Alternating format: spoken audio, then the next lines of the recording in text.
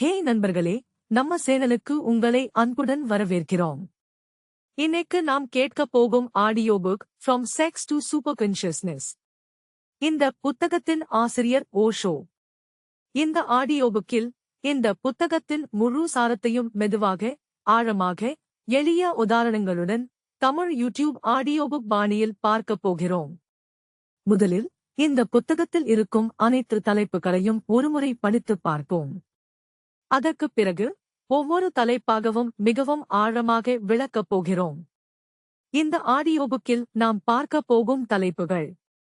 தலைப்பு 1, அன்பின் விதையாக பாலுணர்வு. தலைப்பு 2, அன்பு பிரார்த்தனைக்கான பாலம். தலைப்பு 3, பாலுணர்வு சக்தியின் மாற்றம். தலைப்பு 4, பிரம்மச்சரியம் உண்மையான அர்த்தம். தலைப்பு 5, அடக்கி வைப்பதன் உளவியல். தலைப்பு 6, தியானமும் உள் ஆற்றலும். தலைப்பு 7, மனத்திலிருந்து மனமற்ற நிலைக்கு. தலைப்பு 8, விழிப்புணர்வின் எழுச்சி. தலைப்பு 9, ஆதிமன விழிப்புணர்வை நோக்கிய பயணம். இந்த எல்லா தலைப்புகளையும் இப்போதே விளக்கப் போவதில்லை. ஒவ்வொன்றாக மிகவும் நிதானமாக வாழ்க்கையோடு தொடர்புபடுத்தி எளிதாக புரியும் வகையில் பார்க்கலாம். சரி, இப்போது முதல் தலைப்பிற்குச் செல்லலாம். தலைப்பு 1, அன்பின் விதையாக பாலுணர்வு.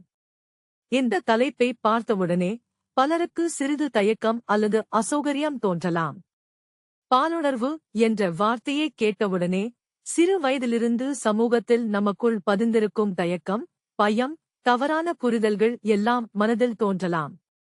ஆனால் இந்த தலைப்பின் உண்மையான நோக்கம் அது அல்ல. இங்கே பேசப்படுவது வெறும் உடல் உறவை பற்றியது மட்டும் அல்ல, மனிதனின் அடிப்படை உயிர் சக்தியை பற்றி சிந்திக்கச் சொல்லுகிறது. ஒரு சிறிய குழந்தையை கவனித்துப் பாருங்கள். அவன் சிரிக்கிறான், அழுகிறான், ஓடுகிறான், நடனமாடுகிறான். அவனுடைய ஆற்றல் இயல்பாகவே ஓடிக்கொண்டிருக்கிறது. அவன் எதையும் அடக்கி வைக்க முயற்சிப்பதில்லை. அவனுக்கு வாழ்க்கை என்றால் உற்சாகம், ஆர்வம், கள்ளமற்ற இயல்பு.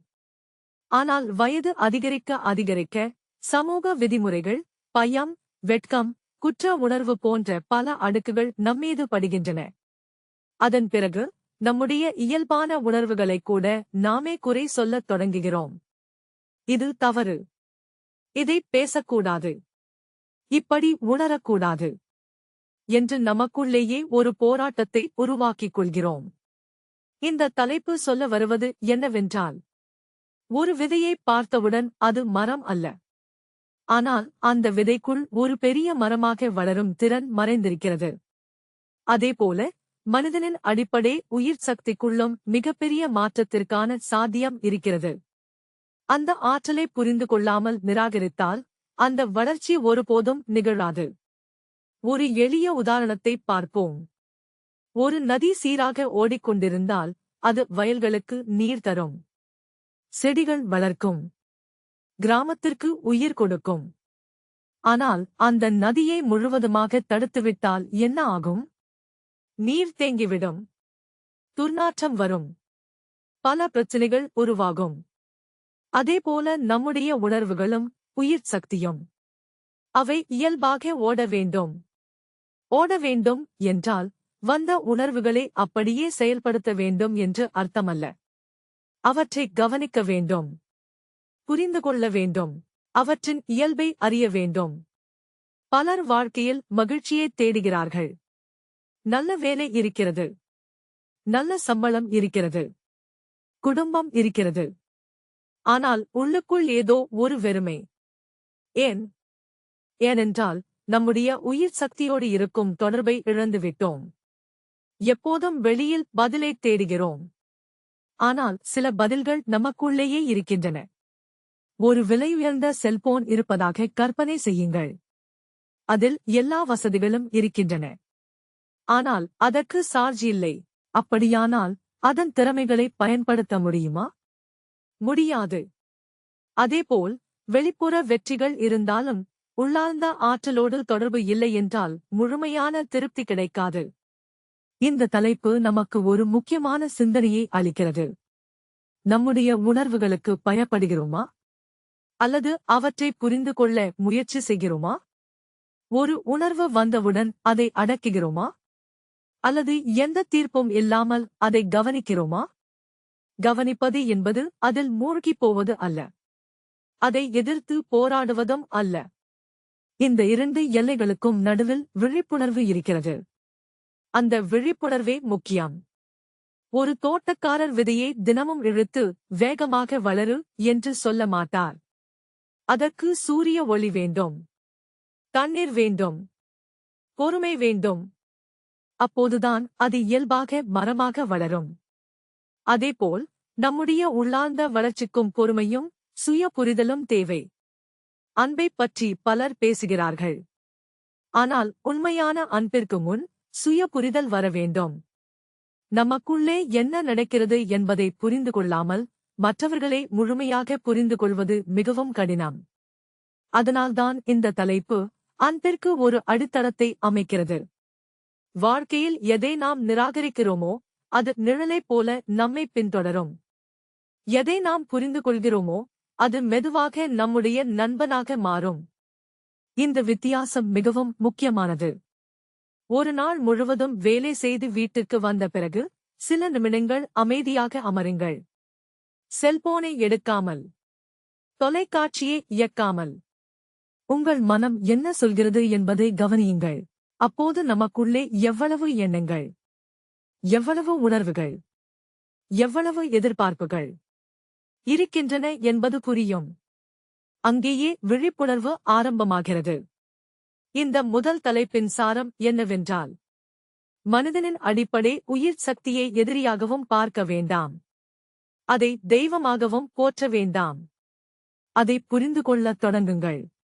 புரிதல் வந்தால்தான் மாற்றத்திற்கான கதவு திறக்கும். ஒரு விதை மரமாக வளர்வது போல விழிப்புணர்வு வந்தால் நம்முடைய வாழ்க்கையும் மெதுவாக ஆழமான அர்த்தம் கொண்ட பாதையை நோக்கி நகரும். இந்த பயணம் உடனடி தீர்வு அல்ல. இது மெதுவான ஒரு செயல்முறை. ஆனால் அதன் முதல் படி என்னவென்றால், நமக்குள்ளே என்ன நடக்கிறது என்பதை பயமின்றி பார்க்கத் தொடங்குவது.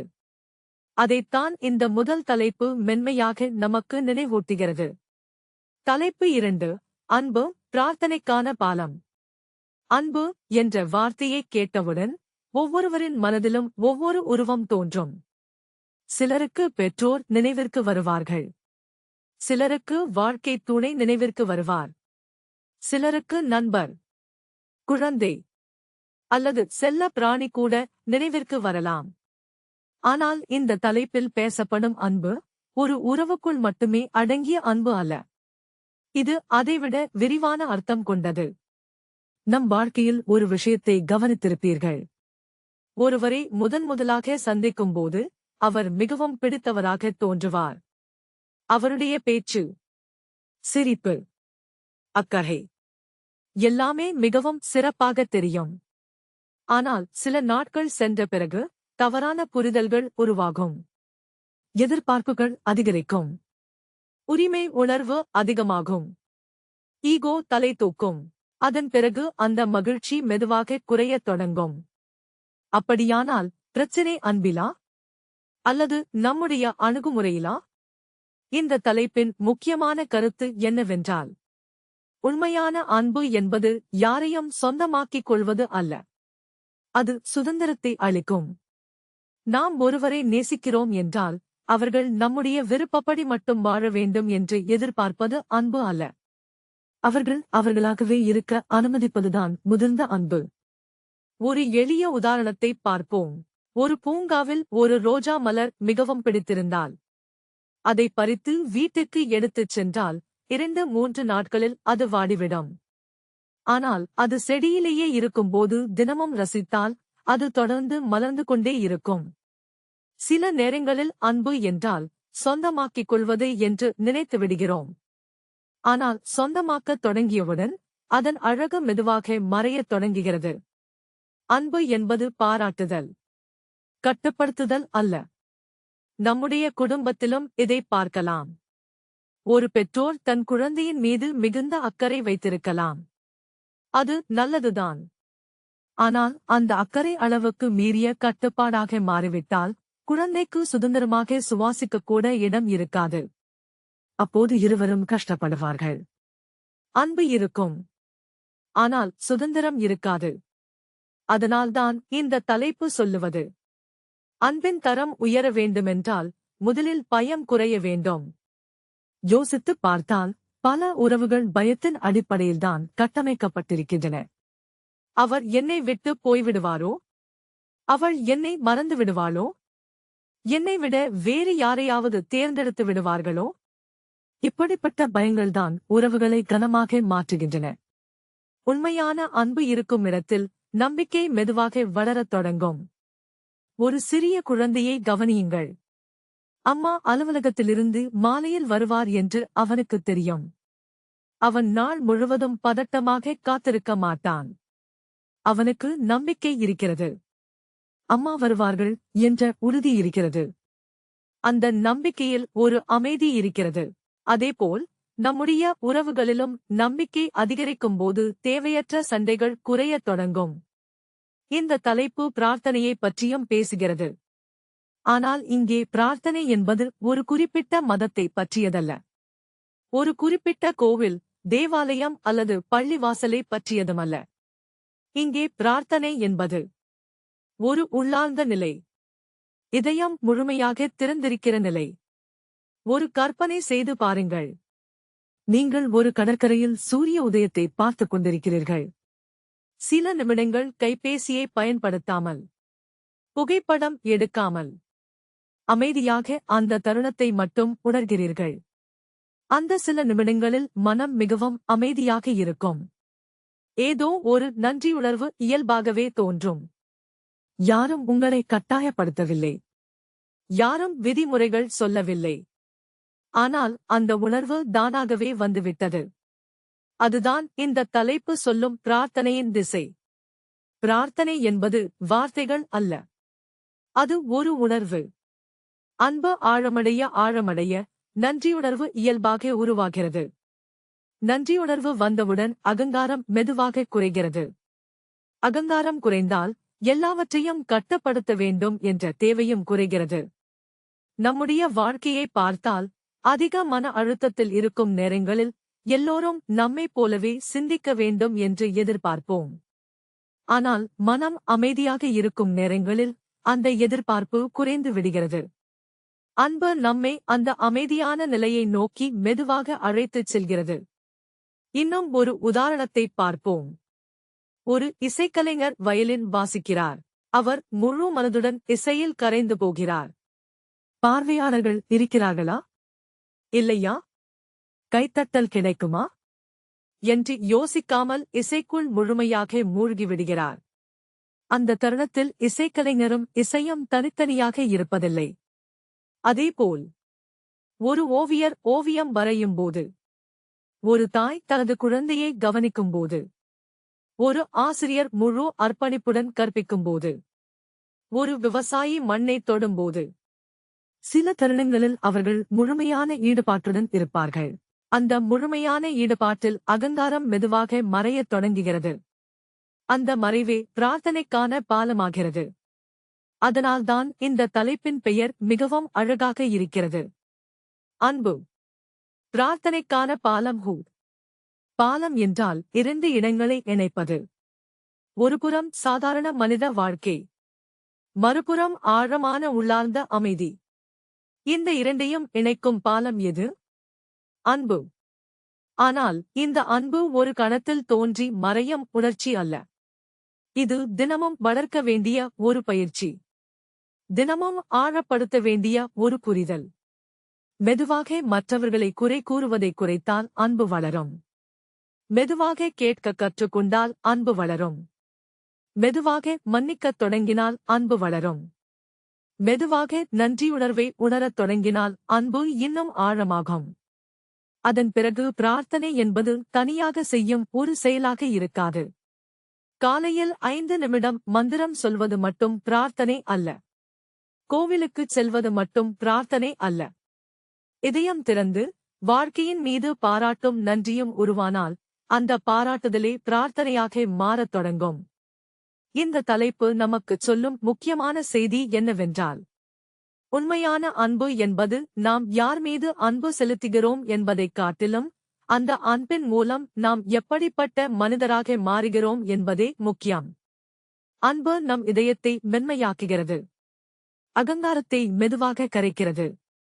அகங்காரம் கரைந்த இடத்தில்தான் அமைதி பிறக்கிறது. அந்த அமைதியில்தான் ஆழமான நிம்மதி இருக்கிறது. அந்த நிம்மதியே பிரார்த்தனை என்று சொல்லக்கூடிய உள்ளார்ந்த அனுபவத்தை நோக்கி நம்மை மெதுவாக அழைத்துச் செல்கிறது. தலைப்பு 3: பாலுணர்வு சக்தியின் மாற்றம். இந்த தலைப்பின் பெயரை முதன்முறையாக கேட்டவுடன் சக்தி என்றால் என்ன, அது எப்படி மாற்றமடையும் என்ற சந்தேகம் வரலாம். ஆனால் இதை மிகவும் எளிமையாக சிந்தித்தால் புரிந்து கொள்ள முடியும். நம் வாழ்க்கையில் எல்லாவற்றிற்கும் ஒரு சக்தி இருக்கிறது. கோபம் வந்தால் ஒரு சக்தி, மகிழ்ச்சி வந்தால் ஒரு சக்தி, பயம் வந்தால் ஒரு சக்தி, அதேபோல் ஈர்ப்பும் ஒரு சக்திதான். கேள்வி என்னவென்றால், அந்த சக்தியை நாம் எப்படி பயன்படுத்துகிறோம்? ஒரு உதாரணத்தை பார்ப்போம். வீட்டில் மின்சாரம் இருக்கிறது. அதே மின்சாரத்தை பயன்படுத்தி மின்விசிறியை இயக்கலாம். விளக்கை எரிய வைக்கலாம். குளிர்சாதன பெட்டியையும் இயக்கலாம். மின்சாரம் ஒன்றுதான். ஆனால் அதன் பயன்பாடுகள் வேறுபடுகின்றன. அதேபோல நமக்குள் இருக்கும் உயிர் சக்தியும் ஒன்றுதான். அதை எந்த திசையில் செலுத்துகிறோம் என்பதே வித்தியாசத்தை உருவாக்குகிறது. பலர் சக்தி என்றால் உடல் வலிமை மட்டுமே என்று நினைக்கிறார்கள். ஆனால் சிறிது கவனித்துப் பாருங்கள். ஒரு நாள் மிகுந்த ஊக்கத்துடன் இருந்தால், உடல் சோர்வாக இருந்தாலும் நம்மால் வேலை செய்ய முடிகிறது. மற்றொரு நாள் நன்றாக தூங்கியிருந்தாலும் மன உற்சாகம் இல்லை என்றால் சிறிய வேலையை கூட செய்ய முடியாமல் போகிறது. இதிலிருந்து என்ன புரிகிறது? உடல் சக்தி மட்டுமல்ல, உள்ளார்ந்த சக்தியும் மிக முக்கியம். இந்த தலைப்பு சொல்லும் சாரம் என்னவென்றால், நம்முடைய அடிப்படை உணர்வுகளுக்கு எதிராக போராட வேண்டாம். அவற்றைப் பற்றி யோசிக்காமல் கண்மூடித்தனமாக பின்பற்றவும் வேண்டாம். இரண்டுமே இரண்டு எல்லைகள். அவற்றை புரிந்து கொண்டு மெதுவாக உயர்ந்த திசையை நோக்கிச் செல்ல கற்றுக்கொள்ள வேண்டும். ஒரு கற்பனை செய்து பாருங்கள். ஒரு நதி மலையிலிருந்து ஓடி வருகிறது. அதை அணை கட்டி சரியாக பயன்படுத்தினால் மின்சாரம் தயாரிக்கலாம். விவசாயத்திற்கு நீர் வழங்கலாம். குடிநீராக பயன்படுத்தலாம். ஆனால் அந்த நதியை முழுவதுமாக தடுத்துவிட்டால் வெள்ளமோ அல்லது தேங்கிய நீரால் பிரச்சினைகளோ உருவாகும். அதை எந்த கட்டுப்பாடும் இல்லாமல் விட்டுவிட்டாலும் அழிவுகள் ஏற்படலாம். அதை சரியான முறையில் வழிநடத்தினால்தான் அது ஒரு வரமாக மாறுகிறது. அதே கருத்தைத்தான் இந்த தலைப்பு எடுத்துரைக்கிறது. வாழ்க்கையில் பல வெற்றிகரமான ஓவியர்கள், இசைக்கலைஞர்கள், விஞ்ஞானிகள், எழுத்தாளர்கள் ஆகியோரைப் பற்றி நாம் கேள்விப்பட்டிருப்போம். அவர்களின் படைப்புகளை பார்த்தால் அதில் ஒரு தீவிரமான ஈடுபாடு தெரியும். ஒரு ஓவியம் வரையும்போது, ஒரு பாடலை உருவாக்கும்போது, ஒரு புதிய கண்டுபிடிப்பில் ஈடுபடும்போது அவர்கள் முழுமையாக அதிலேயே மூழ்கியிருப்பார்கள்.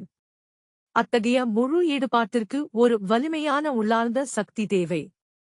மாற்றம் என்பதன் பொருள் சக்தி மறைந்து போவது அல்ல, அதன் திசை மாறுவது. ஒரு சிறுவனை கற்பனை செய்து பாருங்கள். அவன் மிகவும் சுறுசுறுப்பானவன். வகுப்பில் அமைதியாக உட்கார மாட்டான். நாள் முழுவதும் ஓடிக்கொண்டே இருப்பான். அதே சிறுவனை விளையாட்டு பயிற்சிக்கு அனுப்பினால், கிரிக்கெட், கால்பந்து அல்லது தடகளத்தில் ஈடுபடுத்தினால், அதே சுறுசுறுப்பே அவனுக்கு பதக்கங்களை பெற்றுத் தரலாம். சிறுவன் மாறிவிட்டானா? இல்லை. அவனுடைய சக்தி மாறிவிட்டதா? இல்லை. மாறியது அதன் திசை மட்டுமே. அதேபோல நம் வாழ்க்கையில் இருக்கும் உணர்வுகளும். சிறிது யோசித்துப் பார்த்தால் நம் மனம் எப்போதும் வெளியில் ஏதோ ஒன்றைத் தேடிக்கொண்டே இருக்கும். இது வேண்டும், அது வேண்டும், இன்னும் கொஞ்சம் வெற்றி வேண்டும், இன்னும் கொஞ்சம் பாராட்டு வேண்டும். இது இயல்புதான். ஆனால் ஒரு கட்டத்தில் நம்மிடம் ஒரு கேள்வி எழும். இவ்வளவும் கிடைத்த பிறகும் எனக்கு ஏன் முழுமையான திருப்தி வரவில்லை? அந்த கேள்வி எழும்போதுதான் மாற்றத்திற்கான பயணம் தொடங்குகிறது. இந்த தலைப்பு நமக்குச் சொல்லுவது, வெளிப்புற அனுபவங்கள் மட்டுமே வாழ்க்கையின் இறுதி இலக்கு அல்ல. உள்ளார்ந்த புரிதலும் அதே அளவு முக்கியமானது. ஒரு நடைமுறை உதாரணத்தை பார்ப்போம். ஒருநாள் உங்களுக்கு மிகவும் கோபம் வந்துவிட்டது. பொதுவாக என்ன செய்வோம்? கத்திவிடுவோம் அல்லது அடக்கிவிடுவோம். இரண்டிலும் துன்பம்தான். ஆனால் அமைதியாக அமர்ந்து, இப்போது எனக்கு கோபம் வருகிறது, இதன் உண்மையான காரணம் என்ன என்று கவனிக்கத் தொடங்கினால் அதே சக்தி விழிப்புணர்வாக மாறத் தொடங்கும். இது எளிதல்ல. பயிற்சி தேவை. மாற்றம் என்பது ஒரே இரவில் நடக்கும் அதிசயம் அல்ல. கம்பளிப்பூச்சி வண்ணத்துப் பூச்சியாக மாறுவது போல, விதை மரமாக வளர்வது போல, வைரம் பட்டை தீட்டப்பட்ட பிறகு ஒளிர்வது போல. இதற்கும் காலம் தேவை, பொறுமை தேவை. இந்த பயணத்தில் மிகப்பெரிய தடையாக இருப்பது பொறுமையின்மை. எல்லாவற்றிற்கும் உடனடி முடிவை எதிர்பார்க்கிறோம். உடனடி உணவு, உடனடி விநியோகம், உடனடி தகவல். அதேபோல் உடனடி மன அமைதியையும் விரும்புகிறோம். ஆனால் இயற்கை அப்படி செயல்படுவதில்லை. சூரிய உதயம் கூட மெதுவாகத்தான் நிகழ்கிறது. மலர் மலர்வதும் மெதுவாகத்தான். குழந்தை வளர்வதும் மெதுவாகத்தான். உள்ளார்ந்த மாற்றமும் அதேபோல மெதுவாக நடைபெறும் ஒரு செயல்முறை. இன்னும் ஒரு உதாரணத்தைப் பார்ப்போம். நீங்கள் கித்தார் கற்றுக்கொள்கிறீர்கள் என்று கற்பனை செய்யுங்கள். முதல் நாளில் விரல்கள் வலிக்கும். சரியான இசை வராது. ஆனால் தினமும் பயிற்சி செய்தால் ஒரு நாள் இசை இயல்பாக வெளிப்படும். அப்போது மக்கள் உங்களுக்கு நிறைய திறமை இருக்கிறது என்று பாராட்டுவார்கள். ஆனால் அந்த திறமையின் பின்னால் இருந்தது தொடர்ச்சியான பயிற்சியும் மாற்றமும்தான். வாழ்க்கையும் அதுபோலத்தான். நம்முடைய விழிப்புணர்வு நாளுக்கு நாள் வளரும்போது நம்முடைய உடனடி எதிர்வினைகள் குறையத் தொடங்கும். முன்பு சிறிய விஷயத்திற்கு கூட பதற்றப்பட்டோம். இப்போது அதே விஷயத்தை புன்னகையுடன் சமாளிக்க முடிகிறது. முன்பு யாராவது விமர்சித்தால் நாள் முழுவதும் வருத்தமாக இருந்தது. இப்போது அமைதியாக யோசிக்க முடிகிறது. இவை அனைத்தும் சிறிய மாற்றங்களே. இந்த தலைப்பு ஆன்மீகமாக பேசினாலும் அது அன்றாட வாழ்க்கைக்கும் மிகவும் பயனுள்ளதாக இருக்கிறது. அலுவலகத்தில் இருந்தாலும், குடும்பத்தில் இருந்தாலும், நட்பில் இருந்தாலும், நம்முடைய விழிப்புணர்வு அதிகரிக்க அதிகரிக்க தேவையற்ற உணர்ச்சி வீணாகுதல் குறைகிறது. அவ்வாறு சேமிக்கப்படும் சக்தி படைப்பாற்றலாக மாறுகிறது. கருணையாக மாறுகிறது. ஆழமான புரிதலாக மாறுகிறது. அப்போது வாழ்க்கை வெறும் உயிர் வாழ்வாக இல்லாமல் அர்த்தமுள்ள பயணமாக மாறுகிறது. இந்த மூன்றாவது தலைப்பின் மையக் கருத்து என்னவென்றால், மனிதனின் உயிர் சக்தி எதிரி அல்ல. அதற்கு பயப்பட வேண்டாம். அதை தெய்வமாகவும் போற்ற வேண்டாம்.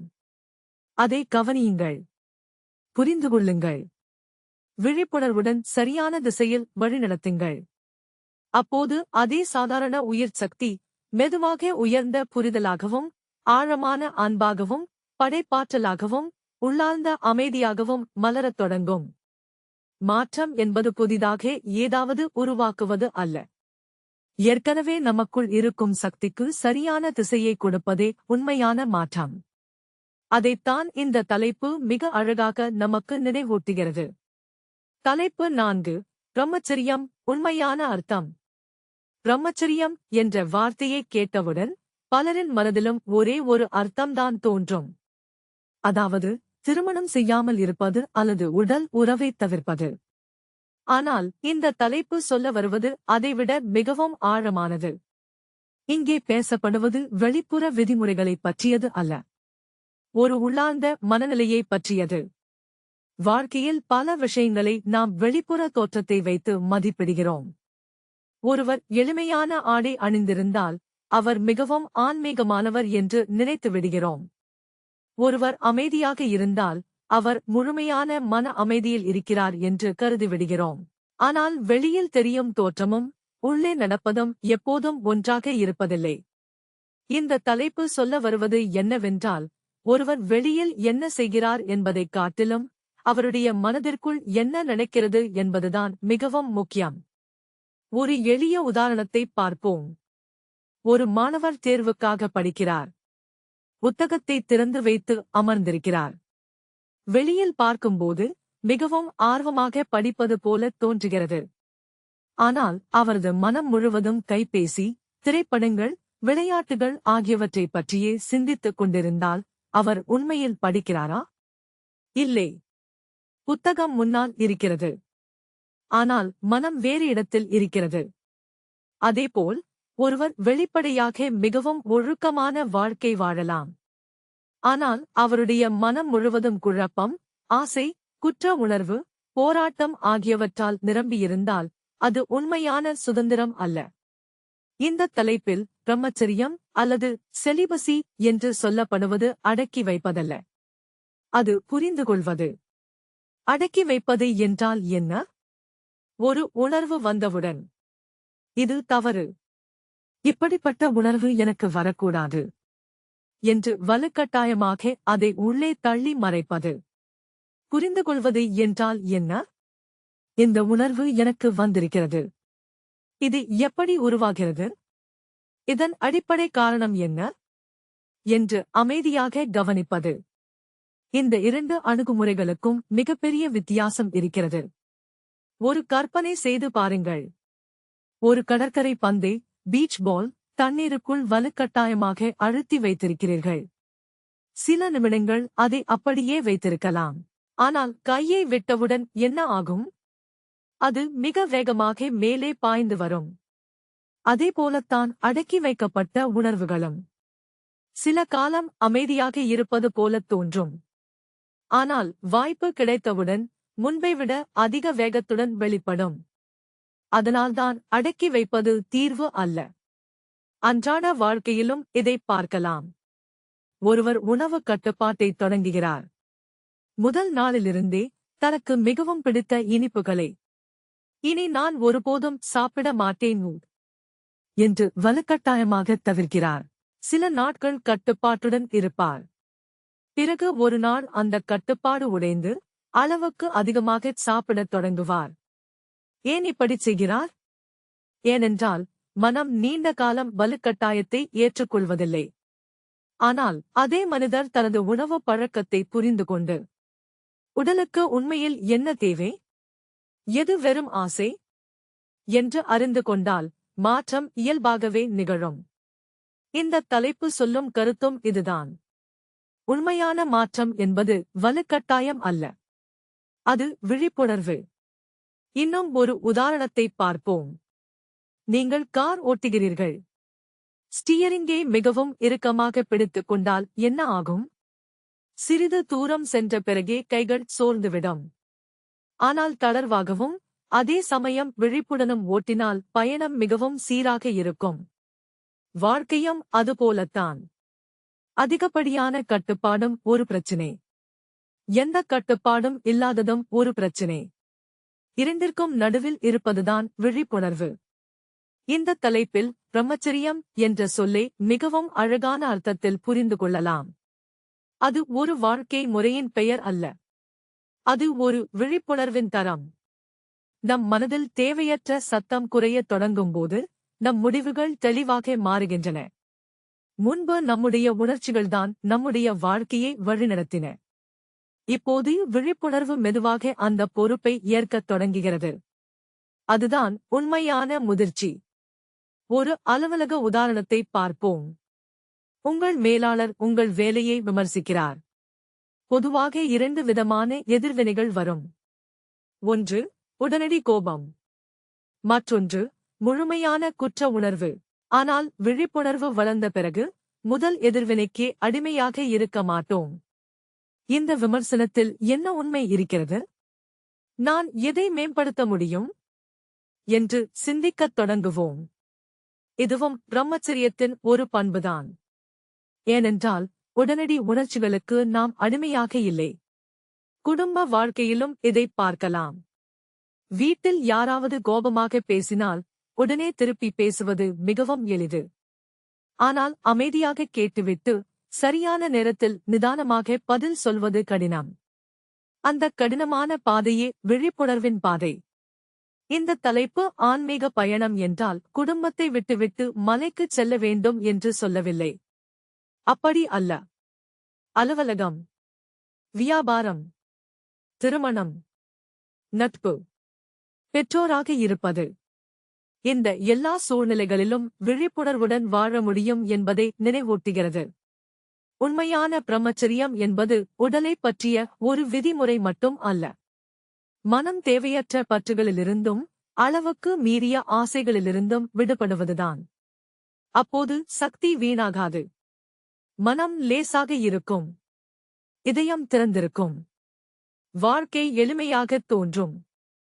சிறிது யோசித்துப் பார்த்தால் நம்முடைய சக்தியின் பெரும்பகுதி தேவையற்ற கற்பனைகளுக்கே செலவாகிறது. கடந்த காலத்தைப் பற்றிய வருத்தம், எதிர்காலத்தைப் பற்றிய பயம், மற்றவர்கள் என்ன நினைப்பார்கள் என்ற கவலை, இவை அனைத்தும் தினமும் நம்முடைய ஆற்றலைச் செலவழிக்கின்றன. விழிப்புணர்வு அதிகரிக்க அதிகரிக்க இந்த வீணாகும் ஆற்றல் மெதுவாக குறைகிறது. சேமிக்கப்படும் அந்த சக்தி நம் வேலையை மேம்படுத்துகிறது, உறவுகளை மேம்படுத்துகிறது, உடல்நலத்தை மேம்படுத்துகிறது, உள்ளார்ந்த அமைதியையும் வளர்க்கிறது. ஒரு இசைக்கலைஞர் தினமும் தனது இசைக்கருவியை ஒத்திசைக்கிறார். அதைச் செய்யாமல் மேடையில் இசை நிகழ்ச்சி நடத்த முடியாது. அதேபோல் நம்முடைய மனத்தையும் தினமும் விழிப்புணர்வின் மூலம் ஒத்திசைக்க வேண்டும். இல்லையென்றால் வெளிப்புற வாழ்க்கை சரியாக இருந்தாலும் உள்ளார்ந்த குழப்பம் தொடர்ந்து கொண்டே இருக்கும். இந்த தலைப்பு இன்னொரு முக்கியமான நினைவூட்டலையும் வழங்குகிறது. நாம் நமக்காக ஒரு அடையாளத்தை உருவாக்கிக் கொள்கிறோம். நான் மிகவும் ஆன்மீகமானவன். நான் மிகவும் ஒழுக்கமானவன். நான் மிகவும் தூய்மையானவன். இந்த அடையாளங்கள் கூட சில நேரங்களில் அகங்காரமாக மாறிவிடலாம். உண்மையான விழிப்புணர்விற்கு எந்த அடையாளமும் தேவையில்லை. அது அமைதியாக இருக்கும். தன்னை நிரூபிக்க முயற்சிக்காது. மற்றவர்களுடன் ஒப்பிடாது.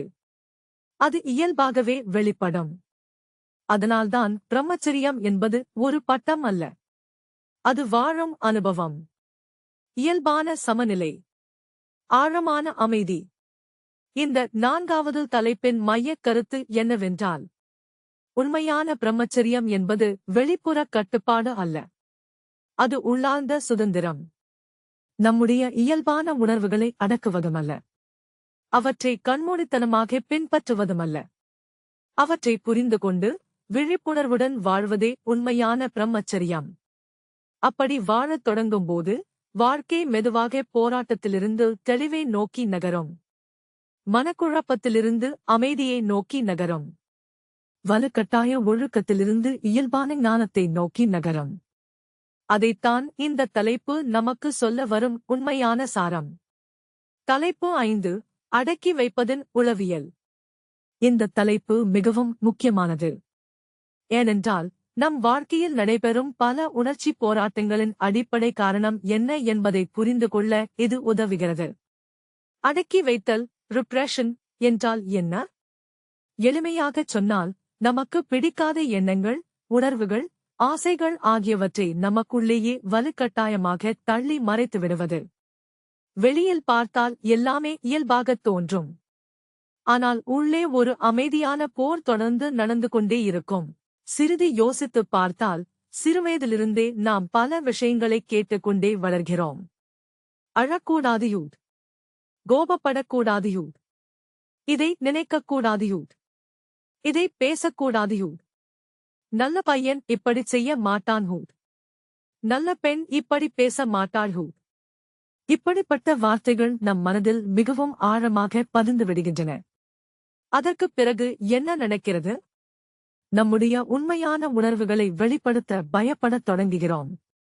அவற்றை வெளியே காட்டாமல் உள்ளுக்குள்ளேயே பூட்டி வைக்கிறோம். ஆனால் ஒரு உணர்வை உள்ளே பூட்டி வைத்துவிட்டால் அது மறைந்துவிடுமா?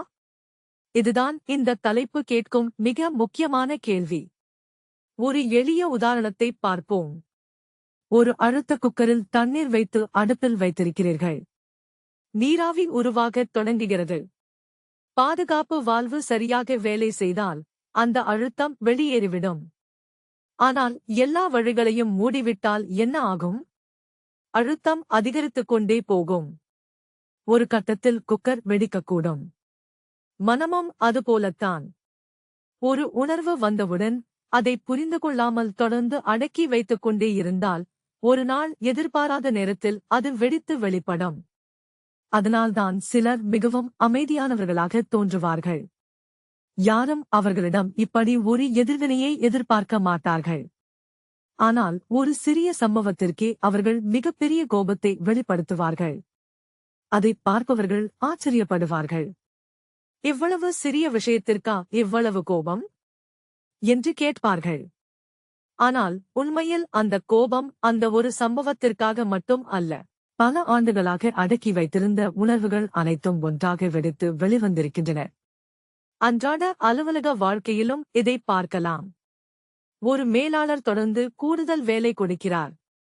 அந்த ஊழியருக்கு பிடிக்கவில்லை. ஆனால் இல்லை என்று சொல்ல பயப்படுகிறார். தினமும் புன்னகையுடன் எல்லாவற்றையும் ஏற்றுக்கொள்கிறார். ஒரு நாள் மிகச் சிறிய கருத்து வேறுபாட்டிற்காகவே வேலையை விட்டுவிடுகிறார். அதை பார்த்தவர்கள், இவ்வளவு சின்ன விஷயத்திற்காக ராஜினாமா செய்துவிட்டாரே என்று நினைக்கலாம். ஆனால் அது அந்த ஒரு சிறிய விஷயம் அல்ல. பல ஆண்டுகளாகச் சேர்ந்து வந்த அடக்கி வைத்த உணர்வுகளின் விளைவு. குடும்பத்திலும் இதை பார்க்கலாம். ஒரு தாய் எப்போதும் குடும்பத்திற்காக தியாகம் செய்கிறார். அவருடைய உணர்வுகளைப் பற்றி யாரும் கேட்பதில்லை. அவரும் சொல்லிக் கொள்வதில்லை. பரவாயில்லை, நான் அனுசரித்துக் கொள்கிறேன் என்று சொல்லிக் கொண்டே இருப்பார். இந்த வார்த்தை மிகவும் நல்லதாகத் தோன்றலாம். ஆனால் பல ஆண்டுகள் கழித்து ஏமாற்றம், வருத்தம், வெறுமை என்ற உணர்வுகள் மெதுவாக உருவாகத் தொடங்கும். அதனால்தான் அனுசரிப்பும் விழிப்புணர்வுடன் இருக்க வேண்டும். அடக்கி வைப்பதுடன் இருக்கக்கூடாது. இந்த தலைப்பு இன்னொரு முக்கியமான கருத்தையும் கூறுகிறது. நாம் ஒரு உணர்வை அடக்கிவிட்டால் அந்த உணர்வு மட்டும் மறைந்துவிடாது. அதனுடன் தொடர்புடைய நல்ல உணர்வுகளும் பலவீனமடையத் தொடங்கும். உதாரணமாக, ஒருவர் தனது கோபத்தை தொடர்ந்து அடக்கிக் கொண்டே இருந்தால் சில காலத்திற்குப் பிறகு அவருடைய உற்சாகமும் குறையலாம். ஏனென்றால் மனத்தின் இயல்பான ஓட்டமே தடைப்பட்டுவிட்டது. ஒரு நதியை முழுவதுமாக தடுத்துவிட்டால் சுத்தமான நீர் கூட ஓடாது. அதேபோல் உணர்வுகளை முழுமையாக அடக்கிவிட்டால் மகிழ்ச்சியும் இயல்பாக வெளிப்பட முடியாது. ஒரு கற்பனை செய்து பாருங்கள். ஒரு அறை இருக்கிறது. தினமும் தூசி படிகிறது.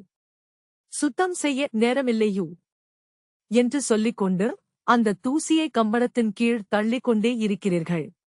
விருந்தினர்கள் வந்தால் அறை சுத்தமாக இருப்பது போல தோன்றும். ஆனால் கம்பளத்தின் கீழ் தூசி தொடர்ந்து சேர்ந்து கொண்டே இருக்கும். ஒரு நாள் அந்த கம்பளத்தை தூக்கிப் பார்த்தால். தலைப்பு 7, மனத்திலிருந்து மனமற்ற நிலைக்கு. இந்த தலைப்பின் பெயரை முதன்முறையாக கேட்டவுடன் கொஞ்சம் குழப்பமாக இருக்கலாம். மனமற்ற நிலை என்றால் என்ன? மனமே இல்லாமல் எப்படி வாழ முடியும் என்ற கேள்வி எழலாம். இதை மிகவும் எளிமையாக புரிந்து கொள்ளலாம். இங்கே மனமற்ற நிலை, நோ மைண்ட் என்று சொல்லப்படுவது மனதை அழித்துவிட வேண்டும் என்று அர்த்தமல்ல. மனம் நமக்குத் தேவையானதே. வேலை செய்வதற்கு, திட்டமிடுவதற்கு, படிப்பதற்கு, தொழில் நடத்துவதற்கு, குடும்பத்தை நிர்வகிப்பதற்கு மனம் மிகவும் முக்கியமானது. ஆனால் பிரச்சினை எப்போது உருவாகிறது என்றால், நமக்கு சேவகனாக இருக்க வேண்டிய மனம் எஜமானனாக மாறும்போதுதான். சிறிது யோசித்துப் பார்த்தால் ஒரு நாளில் நம் மனதில் எத்தனை எண்ணங்கள் ஓடிக்கொண்டிருக்கின்றன. காலையில் கண் விழித்தவுடன், இன்று என்ன வேலை? எம்ஹீத்தை கட்ட வேண்டும் யூட். மீட்டிங் இருக்கிறது யூட். போக்குவரத்து எப்படி இருக்கும்? நேற்று அவர் அப்படிச் சொன்னாரே, நாளை என்ன ஆகுமோ என்று மனம் இடைவிடாமல் பேசிக்கொண்டே இருக்கும். சில நேரங்களில் மனம் பேசுவதை விட அதைக் கேட்டுக் கொண்டிருப்பதால்தான் நாம் சோர்வடைகிறோம். இந்த தலைப்பு சொல்ல வருவது என்னவென்றால், மனதை பயன்படுத்துங்கள். ஆனால் மனத்துக்கு அடிமையாகிவிடாதீர்கள். ஒரு எளிய உதாரணத்தை பார்ப்போம். நீங்கள் ஒரு மடிக்கணினியை பயன்படுத்துகிறீர்கள். வேலை முடிந்ததும் அதை அணைத்து விடுகிறீர்கள். ஆனால் ஒரு கற்பனை செய்து பாருங்கள். நீங்கள் மூடிய பிறகும் அது தானாகவே தொடர்ந்து புதிய செயலிகளை திறந்து கொண்டே இருந்தால் எப்படி இருக்கும்? எவ்வளவு சிரமமாக இருக்கும்? நம்முடைய மனமும் சில நேரங்களில் அப்படித்தான் செயல்படுகிறது. ஏற்கனவே முடிந்த உரையாடலை மீண்டும் மீண்டும் நினைவுபடுத்தும். நடந்த தவறுகளை திரும்ப திரும்ப நினைவூட்டும். இன்னும் நடக்காத எதிர்கால பிரச்சினைகளைக் கூட கற்பனை செய்து உருவாக்கும். அதன் விளைவு என்ன? நிகழ்காலத்தை இழந்து விடுகிறோம். அன்றாட வாழ்க்கையில் இதை மிகவும் எளிதாகக் காணலாம். நீங்கள் குடும்பத்துடன் இரவு உணவு சாப்பிடுகிறீர்கள். உடல் உணவு மேசையில் இருக்கிறது. ஆனால் மனம் அலுவலகத்தில் இருக்கிறது. அலுவலகத்தில் இருக்கும் போது மனம் வீட்டில் இருக்கும். சுற்றுலா சென்றாலும் மனம் மின்னஞ்சலை பற்றியே சிந்திக்கும். அப்படியானால் நாம் உண்மையில் எங்கே வாழ்கிறோம்? கடந்த காலத்துக்கும் எதிர்காலத்துக்கும் நடுவில். நிகழ்காலத்தில் மிகக் குறைவாக. இந்த தலைப்பு நமக்குச் சொல்லுவது உண்மையான வாழ்க்கை எப்போதும் நிகழ்காலத்தில்தான் நடைபெறுகிறது. கடந்த காலம் ஒரு நினைவு, எதிர்காலம் ஒரு கற்பனை. உண்மை என்பது இந்த கணம் மட்டுமே. ஒரு கற்பனை செய்து பாருங்கள். நீங்கள் ஒரு அழகான சூரிய அஸ்தமனத்தை பார்த்துக் கொண்டிருக்கிறீர்கள். ஆனால் அந்த நேரத்தில் கைபேசியில் செய்திகளுக்கு பதில் அனுப்பிக் கொண்டிருக்கிறீர்கள். சூரிய அஸ்தமனம் இருக்கிறது. ஆனால் அனுபவம் இல்லை. ஏன்? ஏனென்றால் மனம் வேறு இடத்தில் இருக்கிறது. மனமற்ற நிலை என்றால் அந்த சூரிய அஸ்தமனத்தை முழுமையாக அனுபவிக்கும் தரம். கைபேசி இல்லை. ஒப்பீடு இல்லை. ஆய்வு இல்லை. வெறும் அனுபவம் மட்டுமே. அவ்வளவுதான். இன்னும் ஒரு உதாரணம். ஒரு சிறிய குழந்தை மழையில் விளையாடுகிறது. அவன் யோசிக்க மாட்டான். நாளை என்ன ஆகும்? மற்றவர்கள் என்ன நினைப்பார்கள்? என் உடை நனைந்துவிடுமோ என்று கவலைப்பட மாட்டான். அவன் முழுமையாக அந்த கணத்தில் இருப்பான். அதனால்தான் குழந்தைகளின் சிரிப்பு இயல்பாக இருக்கும். நாம் வளர வளர அறிவு அதிகரிக்கிறது. ஆனால் அந்த கள்ளமற்ற தன்மை மெதுவாக குறைகிறது. இந்த தலைப்பு சொல்லுவது அறிவை தூக்கி எறியுங்கள் என்பதல்ல. அறிவு இருக்கட்டும். ஆனால் தேவையற்ற மனச்சத்தம் குறையட்டும். மனம் அமைதியான பிறகுதான் தெளிவு உருவாகும். ஒரு கண்ணாடி குவளையில் இருக்கும் தண்ணீரை கற்பனை செய்யுங்கள். அதில் சேறு கலந்திருக்கிறது. நீங்கள் அதை தொடர்ந்து கலக்கிக் கொண்டே இருந்தால் தண்ணீர் தெளிவாகுமா? ஆகாது. கலக்குவதை நிறுத்தினால் சிறிது நேரத்தில் சேறு கீழே தங்கிவிடும். தண்ணீர் தெளிவாகிவிடும். மனமும் அதுபோலத்தான். எப்போதும் சிந்தித்துக் கொண்டே இருந்தால் தெளிவு வராது. சிறிது அமைதி வந்தால் பதில்கள் இயல்பாகவே தோன்றும். அலுவலகத்தில் ஒரு முக்கியமான பிரச்சினைக்கு தீர்வு காணும் போதும் இதை அனுபவித்திருப்பீர்கள். நாள் முழுவதும் யோசித்தும் விடை கிடைக்காது. இரவு நன்றாக ஓய்வெடுத்து மறுநாள் காலையில் எழுந்தவுடன் திடீரென்று தீர்வு தோன்றிவிடும். ஏன்? ஏனென்றால் மனம் ஓய்வடைந்து விட்டது. இந்த தலைப்பு தியானத்துடனான தொடர்பையும் காட்டுகிறது. தியானம் செய்தவுடன் எண்ணங்கள் முற்றிலும் மறைந்துவிடும் என்பதல்ல. ஆனால் எண்ணங்களுக்கு இடையேயான இடைவெளி அதிகரிக்கத் தொடங்கும். அந்தச் சிறிய இடைவெளியில் ஆழமான அமைதி இருக்கிறது. ஆரம்பத்தில் சில நொடிகள். பிறகு கொஞ்சம் கொஞ்சமாக அதிகரிக்கும். அதுவே மனமற்ற நிலையை நோக்கிய பயணம். மனமற்ற நிலை என்பது வெறுமையான நிலை அல்ல. அது மிகவும் உயிர்ப்புடன் இருக்கும் நிலை. ஒரு இசைக்கலைஞர் இசை வாசிக்கும்போது சில தருணங்களில் அவர் சிந்திப்பதில்லை. இசை மட்டுமே ஓடிக்கொண்டிருக்கும். ஒரு விளையாட்டு வீரர் விளையாடும்போது சில நேரங்களில் உடலே தானாகச் செயல்படும். அதிகப்படியான சிந்தனை இருக்காது. அதைத்தான் சிலர் ஓட்டநிலை, ஃப்ளோ ஸ்டேட் என்று அழைக்கிறார்கள். அந்த தருணங்களில் மனம் தலையிடுவதில்லை. அனுபவம் மட்டுமே இருக்கும். அன்றாட வாழ்க்கையிலும் இதை வளர்த்துக் கொள்ளலாம். காலை தேநீர் அல்லது காபி குடிக்கும்போது முழு கவனத்துடன் இருங்கள். நடக்கும்போது முழு விழிப்புணர்வுடன் நடுங்கள். யாராவது பேசும்போது முழுமையாக கேளுங்கள். இந்த சிறிய பயிற்சிகள் மெதுவாக மனச்சத்தத்தை குறைக்கும். இந்த தலைப்பு இன்னொரு முக்கியமான விஷயத்தையும் கூறுகிறது. மனத்திற்கு ஒரு பழக்கம் இருக்கிறது. ஒப்பிட்டுப் பார்ப்பது. அவரை விட நான். எனக்கு ஏன்? நேற்று அப்படி, நாளை இப்படி என்று தொடர்ந்து ஒப்பீடு செய்து கொண்டே இருக்கும். ஒப்பீடு இருக்கும் இடத்தில் திருப்தி கிடைப்பது மிகவும் கடினம். ஏனென்றால் எப்போதும் நம்மை விட சிறந்த ஒருவர் இருப்பார். மனமற்ற நிலையில் ஒப்பீடு குறைகிறது. அப்போது பாராட்டும் நன்றியுணர்வும் அதிகரிக்கின்றன. வாழ்க்கை எளிமையாக தெரிகிறது. ஒரு மலர் இன்னொரு மலருடன் தன்னை ஒப்பிடுவதில்லை. ரோஜா, தாமரை, மல்லிகை ஒவ்வொன்றுக்கும் தனித்தனி அழகு இருக்கிறது. இயற்கை ஒப்பிடுவதில்லை. மனம்தான் ஒப்பிடுகிறது. விழிப்புணர்வு ஒருபோதும் ஒப்பிடுவதில்லை. இந்த வித்தியாசம் மிகவும் முக்கியமானது. நம்முடைய மகிழ்ச்சிக்கு மிகப்பெரிய எதிரி வெளிப்புற பிரச்சினைகள் அல்ல. மனம் தொடர்ந்து பேசிக்கொண்டே இருப்பதுதான். ஒவ்வொரு அனுபவத்திற்கும் அது ஒரு கருத்தை கூறும். இது நல்லது யூட். இது கெட்டது யூட். இது போதாது யூட். இன்னும் வேண்டும் யூட். இந்த தொடர்ந்து ஓடும் மனக்குரல் அமைதியாக தொடங்கிய பிறகுதான் நாம் உண்மையில் வாழ்க்கையை அனுபவிக்க ஆரம்பிக்கிறோம். இந்த 7வது தலைப்பின் மையக் கருத்து என்னவென்றால், மனமற்ற நிலை என்பது மனதை அழிப்பது அல்ல. மனம் நமக்கு ஒரு பயனுள்ள கருவியாக இருக்க வேண்டும். எஜமானனாக அல்ல. விழிப்புணர்வு வளர வளர தேவையற்ற எண்ணங்கள், ஒப்பீடுகள், கவலைகள் மெதுவாக குறையத் தொடங்கும். அப்போது நிகழ்காலம் தெளிவாகத் தெரியும். வாழ்க்கை இலகுவாக உணரப்படும். முடிவுகள் இயல்பாக உருவாகும்.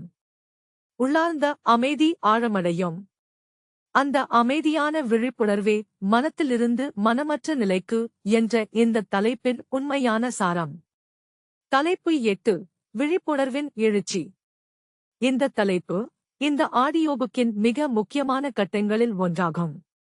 விழிப்புணர்வு என்ற வார்த்தையை கேட்டவுடன் சிலருக்கு இது மிகவும் தத்துவ ரீதியானதாக தோன்றலாம். ஆனால் அன்றாட வாழ்க்கை உதாரணங்களுடன் பார்த்தால் இது மிகவும் எளிதாக புரியும். விழிப்புணர்வு என்பது புதிதாக எதையாவது பெறுவது அல்ல. ஏற்கனவே நமக்குள் இருக்கும் விழிப்புணர்வை முழுமையாக எழுப்புவதுதான். சிறிது யோசித்துப் பார்த்தால் நம் வாழ்க்கையில் பல செயல்கள் தானியக்க முறையிலேயே நடைபெறுகின்றன. காலையில் அலாரம் அடிக்கிறது. எழுந்து விடுகிறோம். கைபேசியை பார்க்கிறோம். செய்திகளை வாசிக்கிறோம். காலை உணவு சாப்பிடுகிறோம். அலுவலகத்திற்குச் செல்கிறோம். வேலை செய்கிறோம். மாலையில் வீட்டுக்கு வருகிறோம். தொலைக்காட்சி பார்க்கிறோம். தூங்கிவிடுகிறோம்.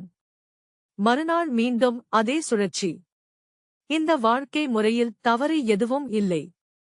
ஆனால் ஒரு கேள்வி மிக முக்கியமானது. இவை அனைத்தையும் முழு விழிப்புணர்வுடன் செய்கிறோமா?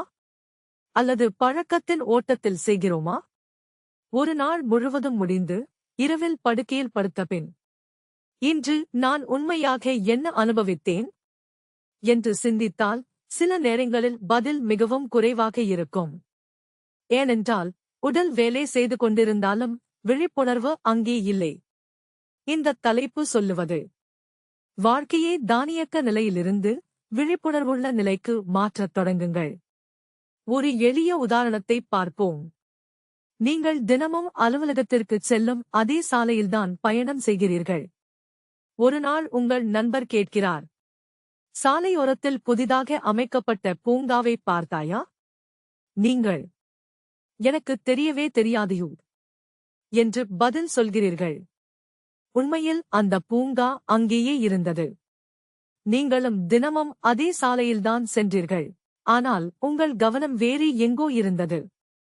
வாழ்க்கையிலும் இதுபோல பல அழகான தருணங்களை நாம் கவனிக்காமல் கடந்து செல்கிறோம். விழிப்புணர்வு எழும்பும்போது சிறிய விஷயங்கள் கூட புதிதாகத் தோன்றும். காலையின் தென்றல், மழையின் மணம், பறவைகளின் குரல், ஒரு குழந்தையின் சிரிப்பு, அம்மா தயாரித்த காபியின் சுவை. இவை அனைத்தும் எப்போதும் இருந்தவையே. ஆனால் இப்போதுதான் நாம் அவற்றை உண்மையாக அனுபவிக்கத் தொடங்குகிறோம். ஒரு கற்பனை செய்து பாருங்கள். ஒரு அறை முழுவதும் இருளாக இருக்கிறது. அந்த இருளை வெளியே தூக்கி எறிய முடியுமா? முடியாது. ஒரு விளக்கை ஏற்றினால் போதும். இருள் தானாகவே மறைந்துவிடும். அதேபோல அறியாமையும். விழிப்புணர்வு வந்தால் தேவையற்ற குழப்பங்கள் மெதுவாக குறையத் தொடங்கும். இந்த தலைப்பு சொல்லுவது, விழிப்புணர்வு என்பது தகவல்களை சேகரிப்பது அல்ல.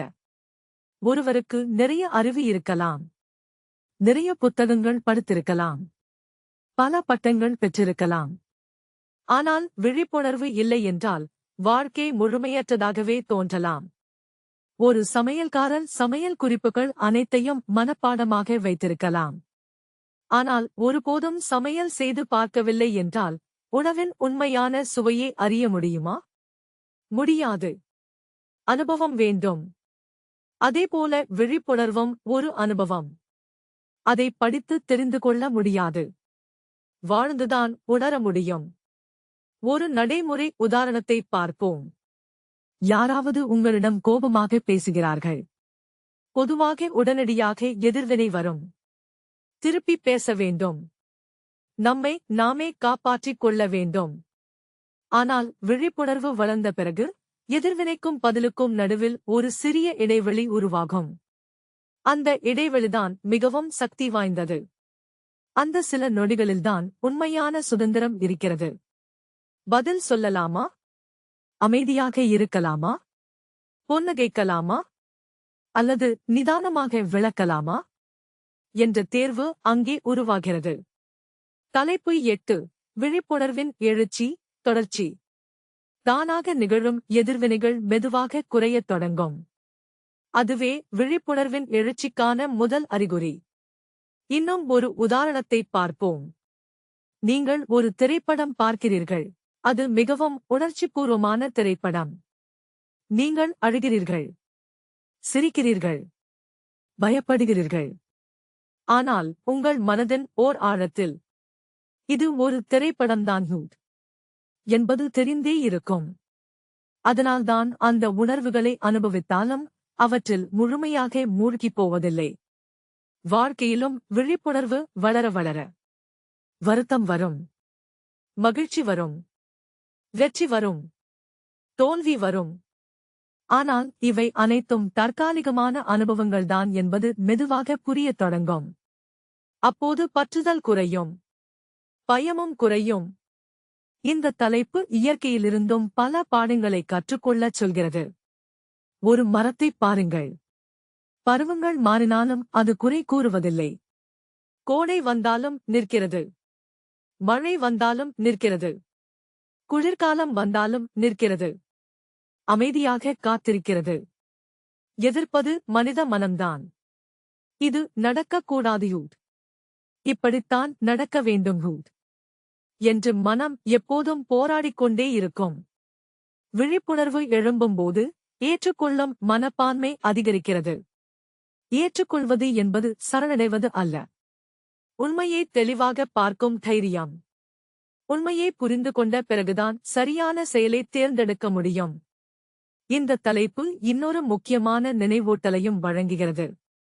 நம்முடைய மகிழ்ச்சி முழுவதும் வெளிப்புற சூழ்நிலைகளை மட்டுமே சார்ந்திருந்தால் மனம் எப்போதும் நிலைகுலைந்தே இருக்கும். வானிலை நன்றாக இருந்தால் மகிழ்ச்சி. மற்றவர்கள் பாராட்டினால் மகிழ்ச்சி. பணம் அதிகரித்தால் மகிழ்ச்சி. இவை மாறும்போது மகிழ்ச்சியும் மாறிவிடும். ஆனால் விழிப்புணர்வு ஆழமடையும் போது உள்ளார்ந்த நிலைத்தன்மை மெதுவாக உருவாகிறது. வெளியில் எத்தனை மாற்றங்கள் நடந்தாலும் உள்ளே ஒரு சமநிலை இருக்கும். அதுதான் உண்மையான வலிமை. அதுதான் முதிர்ச்சி. ஒரு கப்பல் கடலில் பயணம் செய்கிறது. வெளியில் பெரிய அலைகள் இருக்கலாம். ஆனால் கப்பலுக்குள் தண்ணீர் புகாமல் இருந்தால் அதன் பயணம் தொடரும். அதேபோல வெளிப்புற பிரச்சினைகளை முழுவதுமாக தவிர்க்க முடியாது. ஆனால் அவை நமக்குள் புகுந்து நம்மை ஆட்டிப்படைக்காமல் இருக்க விழிப்புணர்வு உதவுகிறது. விழிப்புணர்வு எழும்பும்போது வாழ்க்கையை புதிய பார்வையில் பார்க்கத் தொடங்குகிறோம். மற்றவர்களை குறை கூறுவது குறைகிறது. கேட்டு புரிந்து கொள்ளும் திறன் அதிகரிக்கிறது. பொறுமை வளர்க்கிறது. நன்றியுணர்வு இயல்பாக உருவாகிறது. ஏனென்றால் முதல் முறையாக வாழ்க்கையை உண்மையாக பார்க்கத் தொடங்குகிறோம். இதுவரை எல்லா பதில்களையும் வெளியில் தேடிக் கொண்டிருந்தோம். இப்போது மெதுவாக அந்த பதில்கள் நமக்குள்ளேயே இருக்கின்றன என்பதை உணரத் தொடங்குகிறோம். இது ஒரு இறுதி இலக்கு அல்ல. தொடர்ந்து நிகழும் ஒரு விழிப்புணர்வு. ஒவ்வொரு நாளும் கொஞ்சம், மறுநாளில் இன்னும் கொஞ்சம், அதற்குப் பிறகு இன்னும் கொஞ்சம். இந்த 8வது தலைப்பின் மையக் கருத்து என்னவென்றால், விழிப்புணர்வு எழுவது என்பது புதிய மனிதராக மாறுவது அல்ல. ஏற்கனவே நமக்குள் இருக்கும் விழிப்புணர்வை எழுப்புவது. தானியக்க வாழ்க்கையிலிருந்து விழிப்புணர்வுள்ள வாழ்க்கைக்கு நகர்வது. எதிர்வினையிலிருந்து பதிலளிக்கும் நிலைக்கு நகர்வது. பயத்திலிருந்து தெளிவை நோக்கி நகர்வது. இவ்வாறு விழிப்புணர்வு ஆழமடைய உலகம் மாறிவிடுவதில்லை. ஆனால் உலகைப் பார்க்கும் நம்முடைய பார்வை மாறுகிறது. அந்த மாற்றமே வாழ்க்கையின் மிக ஆழமான மாற்றத்திற்கான தொடக்கம் என்பதை இந்த தலைப்பு மிக அழகாக உணர்த்துகிறது. தலைப்பு 9: ஆதிமன விழிப்புணர்வை நோக்கிய பயணம். இந்த ஆடியோபுக்கின் இறுதி தலைப்பு இதுதான். ஆனால் இறுதி என்று சொல்வதால் பயணம் முடிந்துவிட்டது என்று அர்த்தமல்ல. உண்மையில் இந்த தலைப்பு சொல்ல வருவது என்னவென்றால், உண்மையான பயணம் இப்போதுதான் ஆரம்பமாகிறது. ஆதிமன விழிப்புணர்வு, சூப்பர் கான்ஷியஸ்னஸ் என்ற வார்த்தையை கேட்டவுடன் அது மிகவும் மர்மமானதாகத் தோன்றலாம். ஆனால் இதையும் எளிதாக புரிந்து கொள்ளலாம். இது சாதாரண விழிப்புணர்வை விட ஆழமான, அமைதியான, முழுமையான உள்ளார்ந்த நிலை. இந்த ஆடியோபுக்கில் நாம் வந்த பாதையை ஒருமுறை நினைவுபடுத்திக் கொள்வோம். முதலில் மனிதனின் அடிப்படை உயிர் சக்தியைப் பற்றி பார்த்தோம். அதன் பிறகு அன்பு, விழிப்புணர்வு, தியானம், மனமற்ற நிலை, விழிப்புணர்வின் எழுச்சி இவற்றைப் பற்றி அறிந்து கொண்டோம். இந்த எல்லா நிலைகளும் ஒரு ஏணியின் படிகளைப் போன்றவை. ஒவ்வொரு படியையும் அமைதியாக கடந்தால்தான் அடுத்த படியை அடைய முடியும். ஒரு பள்ளி மாணவனை எடுத்துக் கொள்ளுங்கள். மழலையர் வகுப்பை படிக்காமல் நேரடியாக கல்லூரிக்கு செல்ல முடியுமா? முடியாது. படிப்படியாகத்தான் வளர்ச்சி. அதேபோல ஆன்மீக வளர்ச்சியும். இதில் குறுக்கு வழி இல்லை. பொறுமையுடன் நடக்க வேண்டும். இந்த தலைப்பு சொல்லுவது, ஆதிமன விழிப்புணர்வை யாராலும் வெளியிலிருந்து நமக்கு கொடுக்க முடியாது. அது யாரும் பரிசாக வழங்க முடியாத ஒன்று. அது நம்முடைய சொந்த அனுபவம். ஒரு கற்பனை செய்து பாருங்கள்.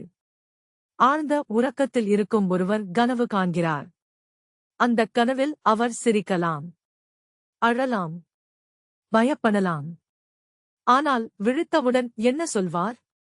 அது ஒரு கனவுதான். வாழ்க்கையிலும் இதே போன்ற ஒரு உவமையை இந்த தலைப்பு தருகிறது. தேவையற்ற பயங்கள், அகங்கார போராட்டங்கள், ஒப்பீடுகள், பேராசை, பொறாமை இவை அனைத்தும் மெதுவாக கரையும்போது நாம் புதிய தெளிவில் விழித்தெழுவது போன்ற ஒரு அனுபவம் உருவாகலாம். இது ஒரே இரவில் நடக்கும் அதிசயம் அல்ல. ஒவ்வொரு நாளும் விழிப்புணர்வுடன் வாழ்வதால் உருவாகும் முதிர்ச்சி. ஒரு வண்ணத்துப் பூச்சியை எடுத்துக் கொள்ளுங்கள். அது இன்று பார்த்த உடனேயே உருவாகவில்லை. முதலில் அது ஒரு கம்பளிப்பூச்சி. பிறகு கூட்டுப்புழு நிலை. அதன் பிறகு மாற்றம். இறுதியில் அழகான வண்ணத்துப் பூச்சி.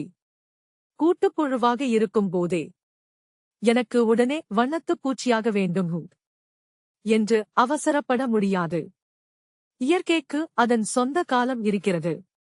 அதேபோல் நம்முடைய உள்ளார்ந்த வளர்ச்சிக்கும் அதன் சொந்த நேரம் இருக்கிறது. தினசரி விழிப்புணர்வு, தினசரி கவனிப்பு, தினசரி நேர்மை, தினசரி தியானம். இந்த சிறிய முயற்சிகள்தான் ஒரு நாள் பெரிய மாற்றமாக மலர்கின்றன. ஒரு நடைமுறை உதாரணத்தை பார்ப்போம். முன்பு யாராவது உங்களைப் பற்றி தவறாக பேசினால் ஒரு வாரம் முழுவதும் வருத்தமாக இருந்திருப்பீர்கள். விழிப்புணர்வு வளர்ந்த பிறகு ஒரு நாளிலேயே மீண்டு வர முடியும். இன்னும் ஆழமான விழிப்புணர்வு வந்த பிறகு அந்த விமர்சனத்தில் உண்மை இருந்தால் அதை ஏற்றுக்கொள்வீர்கள். உண்மை இல்லை என்றால் புன்னகையுடன் அதை விட்டுவிடுவீர்கள். இந்தச் சிறிய மாற்றங்கள்தான் உண்மையான ஆன்மீக முன்னேற்றம். வானத்தை ஒருமுறை கவனியுங்கள். மேகங்கள் வருகின்றன. பிறகு மறைகின்றன. மழை வருகிறது. சூரியன் உதிக்கிறான். இரவு வருகிறது. மறுநாள் காலை வருகிறது. ஆனால் வானம் மாறுகிறதா? இல்லை. அது அமைதியாகவே இருக்கிறது. மனத்தில் எழும் எண்ணங்கள் மேகங்களைப் போன்றவை. உணர்வுகள் மேகங்களைப் போன்றவை. அனுபவங்கள் மேகங்களைப் போன்றவை. ஆனால் விழிப்புணர்வு வானத்தைப் போன்றது. அந்த விழிப்புணர்வில் நிலைத்திருக்கத் தொடங்குவதே அதிமன விழிப்புணர்வை நோக்கிய பயணம். இந்த தலைப்பு இன்னொரு முக்கியமான கருத்தையும் கூறுகிறது. நம் வாழ்க்கையில் எப்போதும் நான் என்ற உணர்வு மிகவும் வலுவாக இருக்கும். நான் தான் சரியூ. என்னுடைய கருத்துதான் சிறந்ததுயூ. என்னுடைய வெற்றியூ. என்னுடைய தோல்வியூ. இந்த அகங்காரம் மெதுவாக மென்மையடையும் போது வாழ்க்கையை வேறு கோணத்தில் பார்க்க முடிகிறது. ஒரு இசைக்குழுவை கற்பனை செய்து பாருங்கள். அதில் பல இசைக்கருவிகள் இருக்கின்றன. புல்லாங்குழல், வயலின், முரசு, பியானோ. ஒவ்வொருவரும் நான் தான் முக்கியம் யூ என்று வாசித்தால் அது வெறும் சத்தமாகத்தான் இருக்கும். ஆனால் அனைவரும் இசைவுடன் இணைந்தால் அற்புதமான இசை உருவாகும். வாழ்க்கையும் அதுபோலத்தான். அகங்காரம் குறையும் போது உலகத்துடன் நம்முடைய இசைவு அதிகரிக்கிறது. உறவுகள் மேம்படுகின்றன. கருணை இயல்பாக மலர்கிறது. உதவும் மனப்பான்மை வளர்கிறது. ஏனென்றால் தனித்தன்மை என்ற உணர்வு மெதுவாக குறைகிறது. இந்த பயணத்தில் ஒரு அபாயமும் இருக்கிறது. சிலருக்கு சிறிய ஆன்மீக அனுபவம் கிடைத்தவுடன் நான் எல்லாவற்றையும் அடைந்துவிட்டேன் என்ற அகங்காரம் வேறு வடிவில் மீண்டும் தோன்றலாம். அதனால்தான் இந்த தலைப்பு பணிவை நினைவூட்டுகிறது. உண்மையான ஞானம் மிகவும் அமைதியானது. அது தன்னை நிரூபிக்க முயற்சிக்காது. மற்றவர்களுடன் ஒப்பிடாது. விளம்பரம் தேடாது. அது இயல்பாகவே வெளிப்படும். ஒரு பழமரம் பழம் கொடுக்கும்போது சத்தம் போடுவதில்லை. ஒரு நதி தண்ணீர் கொடுக்கும்போது அறிவிப்பு வெளியிடுவதில்லை. சூரியன் ஒளி கொடுக்கும்போது வெகுமதி கேட்பதில்லை. இயற்கை அமைதியாக சேவை செய்கிறது. விழிப்புணர்வு ஆழமடையும் போது மனிதனும் அதே எளிமையை நோக்கி நகர முடியும். இன்னும் ஒரு உதாரணத்தைப் பார்ப்போம். நீங்கள் ஒரு மலையின் உச்சியை நோக்கி ஏறிக்கொண்டிருக்கிறீர்கள். ஆரம்பத்தில் மிகுந்த உற்சாகம் இருக்கும். சிறிது உயரம் சென்ற பிறகு சோர்வு வரும். வியர்வை வரும். களைப்பு ஏற்படும். ஆனால் உச்சியை அடைந்த பிறகு கீழே இருக்கும் முழு காட்சியும் தெளிவாகத் தெரியும். பயணம் கடினமாக இருந்தாலும் அந்த காட்சி அதற்குரிய மதிப்பை கொடுக்கும். உள்ளார்ந்த பயணமும் அதே போலத்தான். சவால்கள் இருக்கும். பழைய பழக்கங்கள் மீண்டும் தலை தூக்கும். மனம் கவனத்தை சிதறடிக்கும். ஆனால் விழிப்புணர்வை தொடர்ந்து வளர்த்தால் தெளிவு மெதுவாக ஆழமடையும். அப்போது மகிழ்ச்சி வெளிப்புற சாதனைகளை மட்டும் சார்ந்திருக்காது. அமைதி நம்முடைய இயல்பான தன்மை என்பதை உணரத் தொடங்குவோம். இந்த இறுதித் தலைப்பின் மையக் கருத்து என்னவென்றால், அதிமன விழிப்புணர்வு என்பது ஏதோ ஒரு மந்திர சக்தி அல்ல. அது மனிதனின் விழிப்புணர்வு முழுமையாக மலரத் தொடங்கும் நிலை. அகங்காரத்திலிருந்து எளிமைக்கு, பயத்திலிருந்து சுதந்திரத்திற்கு, குழப்பத்திலிருந்து தெளிவிற்கு, தனித்தன்மை என்ற உணர்விலிருந்து ஒன்றிணைந்த உணர்விற்கு நடக்கும் ஒரு ஆழமான உள்ளார்ந்த பயணம். இந்த பயணத்தில் இறுதி இலக்கை விட ஒவ்வொரு நாளும் விழிப்புணர்வுடன் எடுத்து வைக்கும் ஒவ்வொரு அடியும் மிகவும் முக்கியமானது. நமக்குள் இருக்கும் அமைதி, அன்பு, கருணை, தெளிவு, இவை அனைத்தும் மெதுவாக வெளிப்படத் தொடங்கும்போது வாழ்க்கை ஒரு சுமையாக இல்லாமல் ஒரு அழகான அனுபவமாக மாறுகிறது. அதுவே இந்த பயணத்தின் உண்மையான சாரம். அவ்வளவுதான் நண்பர்களே. இன்றைய இந்த ஆடியோ புக்கில் from sex to super consciousness என்ற புத்தகத்தின் முழு சாரத்தையும் எளிமையாகவும் ஆழமாகவும் புரிந்து கொள்ள முயற்சி செய்தோம். இந்த பயணம் உங்களுக்குள் புதிய சிந்தனைகளையும் ஆழமான விழிப்புணர்வையும் விதைத்திருக்கும் என்று நம்புகிறேன். மீண்டும் ஒரு புதிய புத்தகத்தின் சாரத்துடன் உங்களை சந்திக்கும் வரை நன்றி. வணக்கம்.